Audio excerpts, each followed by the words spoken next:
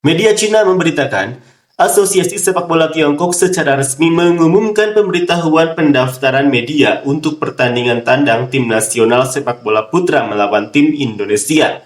Pemberitahuan tersebut dengan jelas menunjukkan bahwa waktu kick-off pertandingan ini ditetapkan pada tanggal 5 Juni.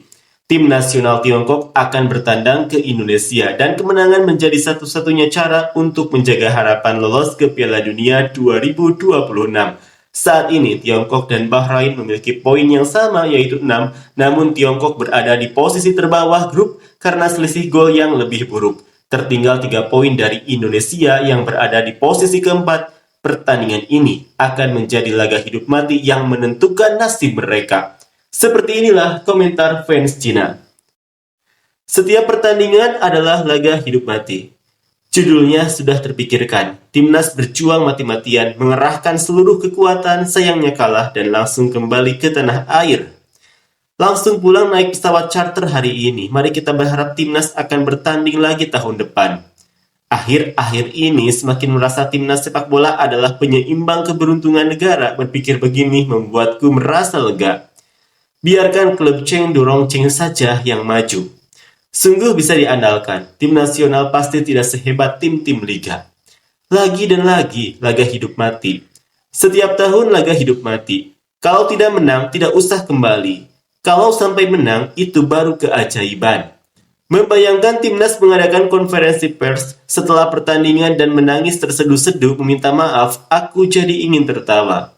Setiap pertandingan adalah laga hidup mati. Waktunya sudah tidak banyak. Perkiraannya tidak akan bisa mengalahkan Indonesia. Dengan secerca harapan, saya akan tetap menonton seluruh pertandingan, berharap kita menguasai bola, berharap menyerang, berharap mencetak gol. Meskipun kalah tetap terhormat, pergi seperti seorang pejuang. Orang yang tidak tahu pasti mengira timnas Tiongkok mau main di final Piala Dunia. Setiap pertandingan bagi timnas adalah laga hidup mati. Kembali ke media Cina lainnya memberitakan, demi skor 1-0 keajaiban tak terkalahkan selama 68 tahun, kabar baik bagi timnas untuk lolos ke Piala Dunia. FIFA dikabarkan menghukum berat timnas Indonesia babak ketiga kualifikasi Piala Dunia zona Asia memasuki tahap akhir yang menegangkan. Pertandingan penutup putaran ke-9 semakin mendekati hari H.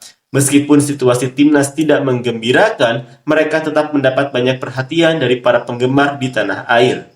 Pertandingan melawan timnas Indonesia pada bulan Juni mendatang bisa dibilang sebagai laga hidup mati yang sesungguhnya. Saat ini, Liga Super Cina sedang berlangsung sengit, persaingan ketat dalam pertandingan membantu para pemain menjaga kondisi terbaik mereka. Dari situasi terkini, penampilan pemain muda Wang Yudong menjadi yang paling menonjol. Banyak media menjagokannya untuk mengamankan satu tempat di susunan pemain inti. Situasi tim lawan, timnas Indonesia tampaknya sedang berada dalam kesulitan baik di dalam maupun di luar lapangan. Pertama, beberapa pemain dipastikan absen yang akan melemahkan kekuatan tim. Di antaranya adalah gelandang inti Marcelino Ferdinand, kiper Martin Paes, serta dua pemain belakang andalan Kevin Dix dan Dean James. Seperti yang diketahui, timnas Indonesia mayoritas diperkuat oleh pemain naturalisasi. Meskipun kemampuan individu mereka tidak diragukan, kekompakan tim masih perlu ditingkatkan. Setelah beberapa pertandingan di babak ketiga, chemistry antara pemain timnas Indonesia mulai membaik, namun absennya 4 pemain tentu akan merusak momentum positif ini. Pemain pengganti baru akan kesulitan untuk beradaptasi dengan taktik tim. Selain itu, menurut laporan media di Indonesia, sanksi dari FIFA secara langsung menghilangkan keuntungan bermain di kandang mereka. Dilaporkan bahwa pertandingan kandang melawan Bahrain di putaran sebelumnya, ada beberapa ratus supporter Indonesia yang melakukan tindakan bermusuhan terhadap tim Bahrain.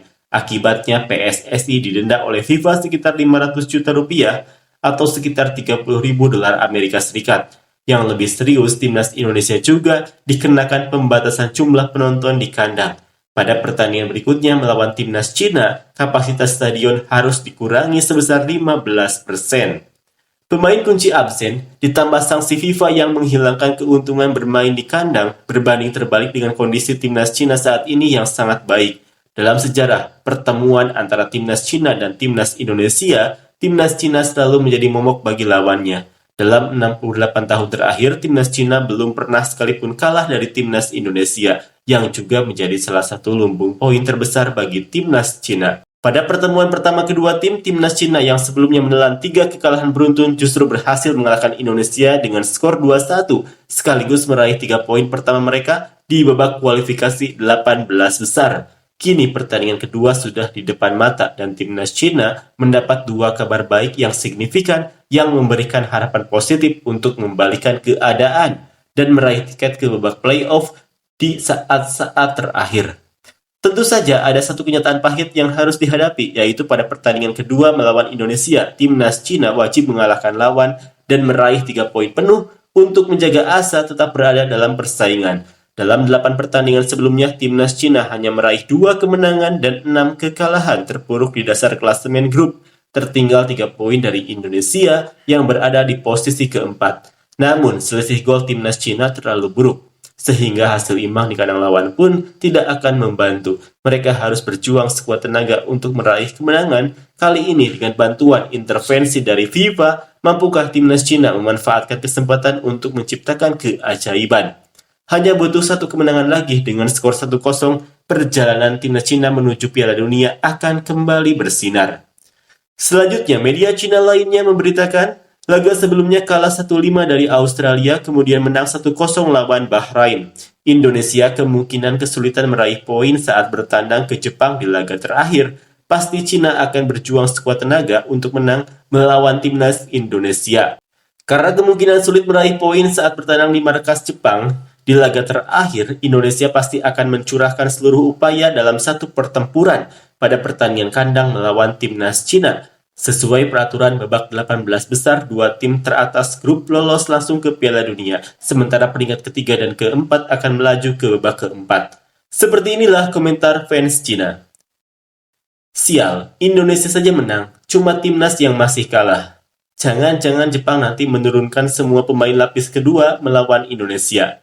Kalau Wan terus jadi gelandang bertahan tunggal, tidak ada harapan. Tiongkok dan Bahrain perebutan peringkat kelima. Tidak ada harapan, masih mengharapkan orang lain. Kalah dari Indonesia juga bukan hal buruk, biar semua orang melihat kekuatan naturalisasi demi membangun dasar teori yang kuat untuk pekerjaan di masa depan. Klub Shandong Taishan saja bisa kalah dari klub Indonesia, kenapa tim nasional tidak boleh kalah? Selanjutnya, media Cina lainnya memberitakan, Indonesia menang atas Bahrain menjauhi Cina 3 poin. Ini berarti Cina dalam 2 pertandingan terakhir babak 18 besar kualifikasi Piala Dunia Zona Asia 2026 tidak hanya harus memastikan kemenangan tandang atas Indonesia di pertandingan kedua dari terakhir, tetapi juga harus memastikan kemenangan kandang atas Bahrain di pertandingan terakhir mereka. Selain itu, mereka juga harus berharap Indonesia tidak menang saat bertandang ke Jepang di pertandingan terakhir mereka. Lihat. Setiap kali jalan menuju Piala Dunia selalu terasa familiar seperti ini, selalu penuh rintangan seperti ini. Namun, satu hal yang pasti setidaknya dalam kemampuan menghitung selisih gol, supporter Cina tidak kalah dari negara manapun.